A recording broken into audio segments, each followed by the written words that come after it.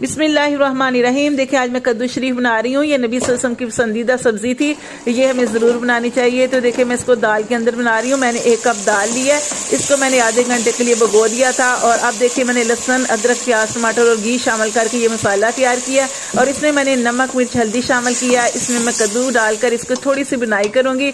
और अब इसके अंदर पानी डालकर इसको कवर करके 15 मिनट के लिए हल्की आँच पर रख दूँगी। और ये देखें कद्दू शरीफ जो है बहुत अच्छे तरीके से गल चुका था। इसको मैंने चम्मच के साथ बारीक कर लिया है। और अब इसमें मैं दाल शामिल करूंगी। और देखिए दाल को मैंने अलग बर्तन में बॉईल कर लिया था, तकरीबन पका लिया था। अब इसको इसमें शामिल करके तो इसकी थोड़ी सी बुनाई करूंगी और 5 मिनट के लिए हल्की आंच पे रख दूंगी, ताकि ये जो दाल के अंदर मसाला जो है अच्छी तरह मिक्स हो जाए। और अब ये देखें माशाल्लाह ये तैयार हो चुकी है। तो इसके अंदर जो है मैंने हरी मिर्ची, हरा धनिया और थोड़ा सा गर्म मसाला शामिल किया। और माशाल्लाह ये देखें बहुत अच्छा ये कद्दू शरीफ तैयार है।